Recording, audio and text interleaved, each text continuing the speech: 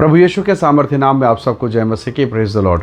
आइए आज के मनन के लिए हम परमेश्वर के वचन को निकालें। मेरे साथ नीति वचन की पुस्तक निकालिएगा, अध्याय 18 और उसका वचन 21। यहाँ इस प्रकार से लिखा है, जीव के वश में मृत्यु और जीवन दोनों होते हैं, और जो उसे काम में लाना जानता है वह उसका फल भोगेगा। Hallelujah, praise the Lord.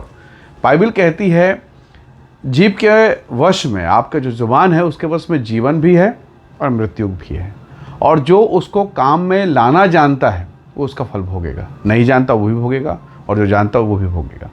तो प्रभु के लोगों, जब आप जीव के बारे में पढ़ते हैं, विशेषकर आप नीति वचन किताब को पढ़िएगा, परमेश्वर का अभिषिक्त सेवक, परमेश्वर का दास सुलेमान, जिसको परमेश्वर ने एक अद्भुत बुद्धि दी।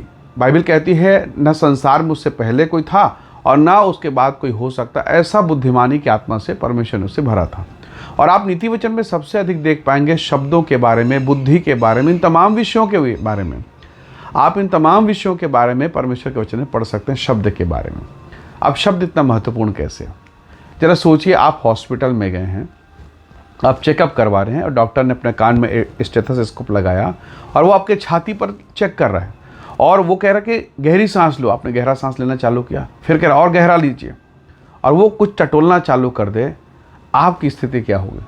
आप भयभीत हो जाएंगे, डर हो जाएगा, पता नहीं इसको क्या मिल गया, क्या मुझ में पा गया है। बेचैन हो जाएंगे, डॉक्टर साहब क्या हुआ, कैसे हुआ? और अगर वो डॉक्टर साहब ने हंसते हंसते खुशी खुशी जवाब नहीं दिया, कुछ चिंताजनक स्थिति में जवाब दिया, तो आपकी स्थिति गंभीर। बाद में डॉक्टर कहते मैं मजाक कर रहा था, वैसे आपका मन मानेगा ही नहीं। आप उसके हाव भाव शब्दों से बहुत दुखी हो सकते हैं। मान लीजिए अगर एक डॉक्टर किसी का रिपोर्ट पढ़े और ये कह दे कि आपको कैंसर हो गया, या फ़ोन में आपसे बात कर दे, या फिर आमने सामने आपसे कहे, वो हुआ नहीं हुआ बात की बात, उसके शब्दों को सुनकर आपके भीतर में क्या बीतेगा। कभी कभी आपने सुना होगा, कभी कभी किसी के यहाँ जब मृत्यु हो जाए, किसी का एक्सीडेंट हो जाए, तो अक्सर कहा जाता है कि फ़ोन में नहीं बताना कि मृत्यु हो गई, एक्सीडेंट हो। क्यों? क्योंकि जैसे ही ये शब्द उसके कान में जाएगा, घुसेगा अंदर, उसने एक्सीडेंट होते देखा क्या, मृत्यु होते देखा क्या? नहीं। पर जैसे ये शब्द अंदर जाता है वो विचलित कर देगा, फिर वो रोना कूदना नाचना व्याकुल हो जाएगा, क्योंकि आपने खबर दे दिया आपका प्रियजन, आपका बेटा, आपका बेटी, आपका पति, उसकी मृत्यु हो गई है। अगर कोई ये कह दे, किसी का फ़ोन उठा के सड़क में, रोड में ये कह दे कि ये नंबर किसका है, आपने कहा मेरे पति का या मेरे बेटे का, पता नहीं ये रोड में पड़ा हुआ, इसके साथ पता नहीं कुछ हो गया है, वो इसके साथ हुआ नहीं हुआ, आपने मजाक किया, जिसने सुना उसके साथ पक्का कुछ ना कुछ होगा। वो हड़बड़ी में गाड़ी चलाएगा, या तो फिर बेहोश हो जाएगा, या तो कुछ हो जाएगा। तो कहने का मतलब, आप इन तमाम बातों से समझ सकते हैं कि एक शब्द में कितनी बड़ी सामर्थ्य है।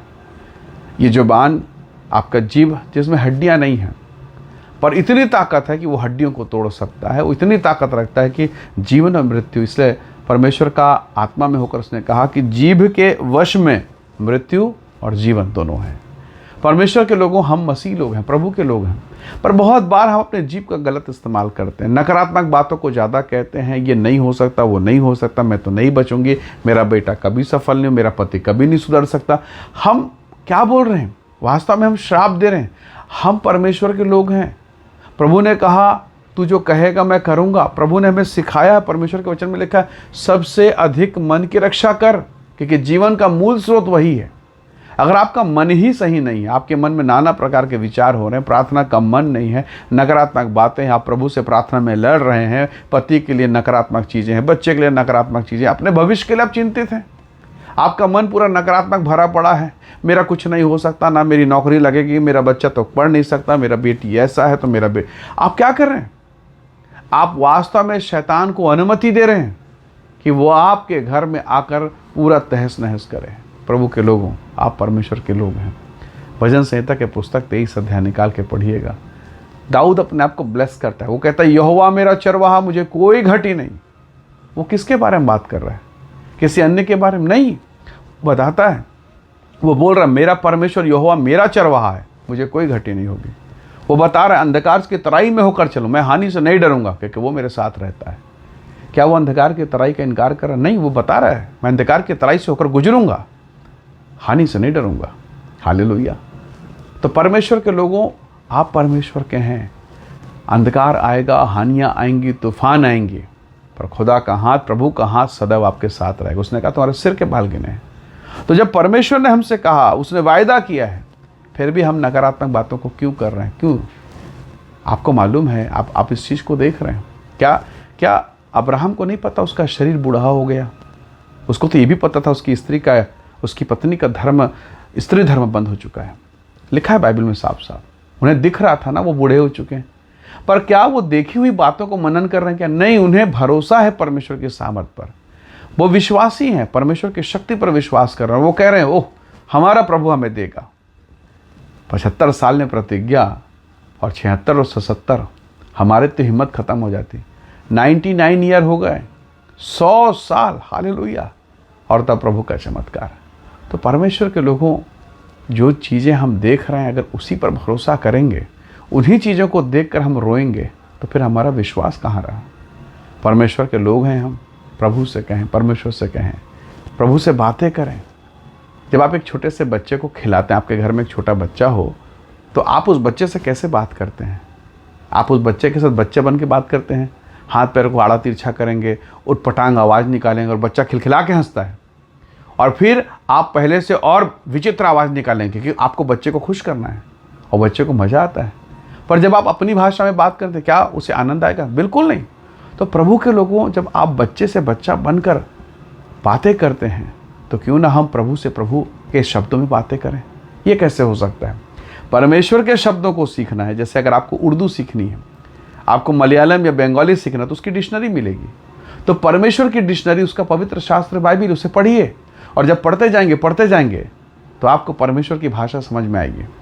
आप रूहानी भाषा में बातें करेंगे, आप परमेश्वर के अनुग्रह को देखेंगे, प्रभु के काम को आप देखेंगे। तो परमेश्वर का काम बड़ा अद्भुत है, प्रभु की योजना बड़ी अद्भुत है, और वही परमेश्वर आपको महिमा से भर कर आपको आशीष देगा। तो प्रभु के होकर प्रभु की भाषा में बात कीजिए। सुलेमान तो कहता है इस जीव में जीवन है, इस जीव में मृत्यु है। हालेलुया। तो प्रभु के लोगों, क्यों ना हम जीवन के लिए बात करें। पूरा एक चैप्टर याकूब की किताब निकाली गई। तो पुराना नियम की बात है, नए नियम में याकूब की किताब निकालिएगा और याकूब की पुस्तक के अध्याय 3 को पढ़िए। पूरा हिस्सा अगर आप देखें तो जुबान जीभ के बारे में लिखा है। तो प्रभु में क्या सिखा रहा है? परमेश्वर सिखा रहा है इस जीभ में बड़ी ताकत है। हालेलुया। इस जीभ में बड़ी शक्ति है। आप परमेश्वर के वचन को देखिए तो सही। परमेश्वर के वचन को देखिए। उत्पत्ति में उजियाला हो, और उजियाला हो गया। हालेलुया। गहरे जल के ऊपर अंधियारा, पृथ्वी बेडौल सुनसान। प्रभु का आत्मा वहाँ मंडलाता था, पर समथिंग कुछ हुआ? कुछ भी नहीं। पर जैसे ही एक शब्द हुआ, उजियाला हो, और पवित्र आत्मा ने वो कर दिया। तो वही पवित्र आत्मा आपके शब्दों को सुनेगा और प्रभु अपना काम को प्रकट करेगा। वो तो चाहता है, उसने कहा मांगो, बोलो, मुंह खोल, पुकार खोल, मैं भरूंगा। हालेलुया। पर हम कई बार निराशा में ना मुंह नहीं निकलता, होंठ नहीं खोलते हैं, और खोलते हैं तो नकारात्मक चीज़ें, नकारात्मक बातें।